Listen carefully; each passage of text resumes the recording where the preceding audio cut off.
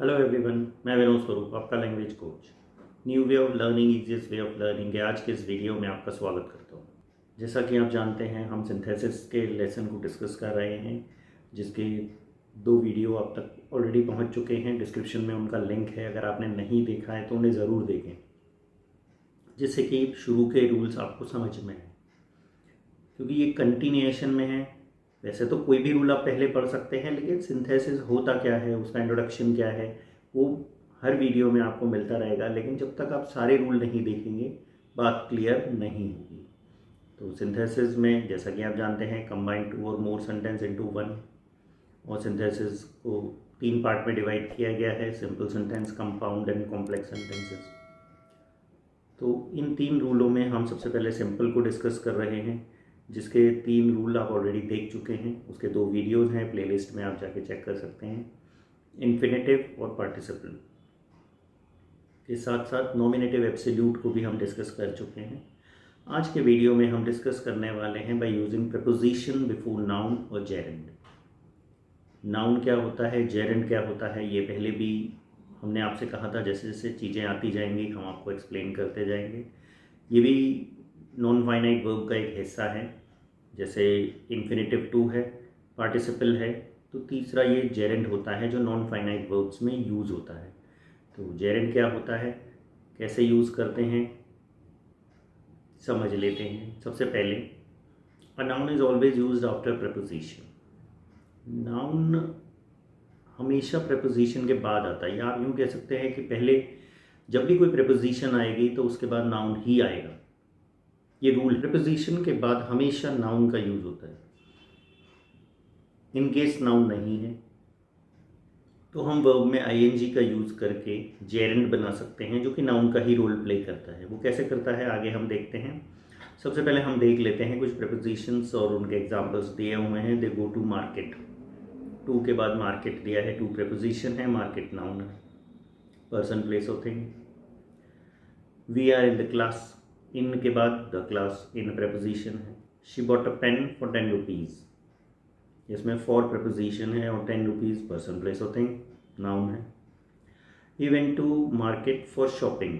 अब आप यहाँ देखिए, इसमें दिया है वेंट तो वर्ब है ही, टू मार्केट, टू भी प्रपोजिशन है जो डायरेक्शन बता रही है कि कहाँ गया है, मार्केट गया है, क्या करने के लिए गया है। फॉर शॉपिंग, फॉर भी प्रपोजिशन है, और उसके बाद हमने लिखा है शॉपिंग। शॉपिंग वर्ब नहीं है यहाँ, ये नाउन है, दैट इज़ जेरेंड। जेरेंड क्या होता है वो हम समझ लेते हैं पहले। उससे पहले हमें ये देखना होगा, क्योंकि ये रूल का नाम है बाय यूजिंग प्रपोजिशन, तो हमें प्रपोजिशन के बारे में ज़्यादा जानकारी होनी चाहिए। प्रपोजिशन का जो वीडियो है उसका लिंक डिस्क्रिप्शन बॉक्स में है, आप जाके देख सकते हैं। वैसे यहाँ भी हमने प्रपोजिशन समझाने की कोशिश की है, आप देख सकते हैं। इनका मीनिंग होता है में या अंदर, हिडन चीज़ों के लिए। ऑन, पर या ऊपर, टच करती हैं जब चीज़ें, तब। एट का यूज़ पर या ऊपर, अनटच के लिए, जब चीज़ें टच नहीं करती। बाई का मीनिंग द्वारा, मीडियम शो करने के लिए। फॉर का मतलब के लिए। फ्रॉम का मतलब से, कहाँ से कौन सी चीज़ आ रही है।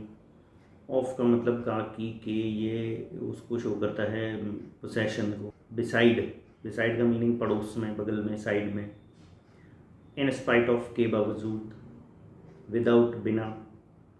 बिसाइड्स, अतिरिक्त। और विद, साथ। ये 12 प्रपोजिशन हैं जिनका ज़्यादातर यूज़ होता है। वैसे तो प्रपोजिशंस बहुत होती हैं, उनके बहुत सारे यूजेस होते हैं, लेकिन जो मेनली यहाँ यूज़ होती हैं जेरेंड और नाउन को कनेक्ट करने के लिए सिंपल सेंटेंसेस में, वो ये 12 ही हैं ज़्यादातर, मोस्टली यही यूज़ होते हैं। अब हम डिफ्रेंशिएट करेंगे, what is the difference between participle and gerund. हमने पार्टिसिपल को डिस्कस किया है। प्रेजेंट पार्टिसिपल में वर्ब की फर्स्ट फॉर्म में हम आईएनजी लगाते हैं, तो वो काम करता है। अब यहाँ जेरेंड में भी वर्ब की फर्स्ट फॉर्म में आईएनजी लगा रहे हैं। अंतर क्या है, समझ लेते हैं। जेरेंड क्या होता है, gerund is a verbal noun, verb से बना हुआ noun, verbal noun. Swimming is a good exercise. यहाँ पर स्विमिंग एक अच्छी एक्सरसाइज है, इसमें कोई तैर नहीं रहा है। लेकिन अगर मैं ये कहता हूँ ही स्विमिंग या शी स्विमिंग, नीचे जैसे देख सकते हैं, it is a verbal adjective. Participle जो होता है, प्रेजेंट पार्टिसिपल जो होता है, जिसमें आईएनजी लगा होता है, या कंटिन्यूअस टेंस में हम यूज़ करते हैं। वर्बल एडजेक्टिव क्या होता है, जो वर्ब से बना हुआ एडजेक्टिव। कुछ एडजेक्टिव्स तो ऐसे होते हैं जो परमानेंट होते हैं, हमेशा रहते हैं। Red, blue, green, white, colour के हिसाब से, डार्क, टॉल, शॉर्ट, ये चेंज नहीं हो सकते, ठीक है ना। लेकिन कुछ टेम्परेरी एडजेक्टिव्स होते हैं, कुछ फॉर अ टाइम बीइंग। जैसे हमने इसमें लिखा है she is swimming in the pool, वो तैर रही है, जितनी देर पूल के अंदर है शी इज स्विमिंग, एक्शन भी हो रहा है लेकिन एडजेक्टिव भी तो है। तो ये पार्टिसिपल जो होता है ये वर्बल एडजेक्टिव होता है, जो कंटिन्यूस टेंस में हम यूज़ करते हैं। वो वर्ब भी है और पार्टिसिपल भी है, प्रेजेंट पार्टिसिपल, जो एडजेक्टिव की तरह रोल प्ले करता है। जो कि जेरेंट जो है वो नाउन का रोल प्ले करता है। अब इसमें दिया है swimming is a good exercise, इसमें कोई तैर नहीं रहा है, एक्शन नहीं हो रहा है, जो कि पार्टिसिपल में एक्शन हो रहा है। Dancing is good for health, health के लिए अच्छा है, नाचना हेल्थ के लिए अच्छा है, इसमें कोई नाच रहा है, कोई नहीं नाच रहा है।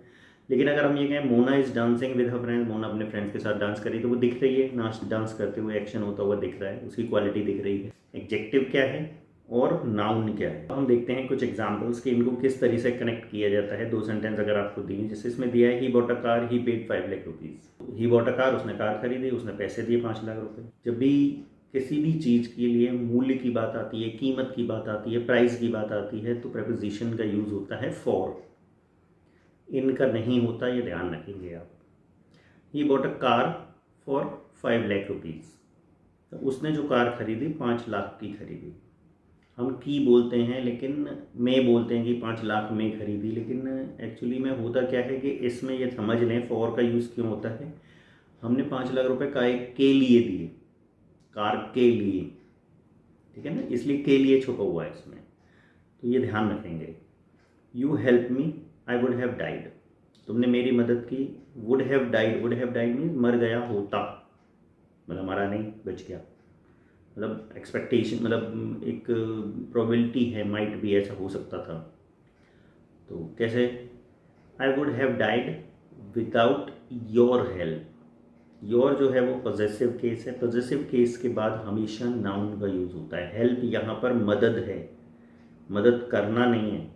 वर्ब जब भी होगी उसमें करना वर्ड यूज़ होगा, मदद करना, ठीक है ना, एक्शन नहीं है, ये नाउन है।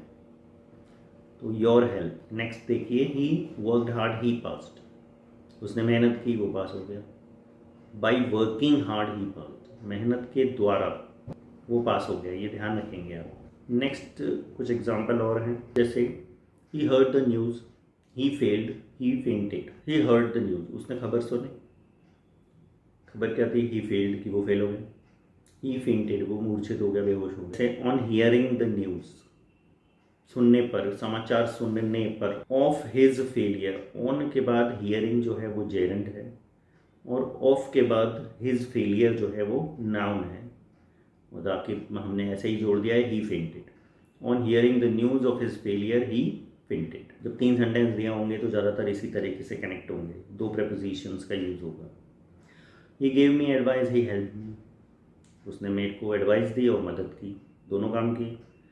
तो बिसाइड्स गिविंग मी एडवाइस, ही हेल्प मी। बिसाइड्स मतलब अतिरिक्त या अलावा, मतलब एक काम के अलावा दूसरा भी किया, एडवाइस भी दी और मदद भी की, दोनों काम। She worked hard, she failed, उसने मेहनत की वो फेल हो गया। अब ये अपोजिट है, पीछे था उसने मेहनत की वो पास हो गया, इसने मेहनत की वो फेल हो गया।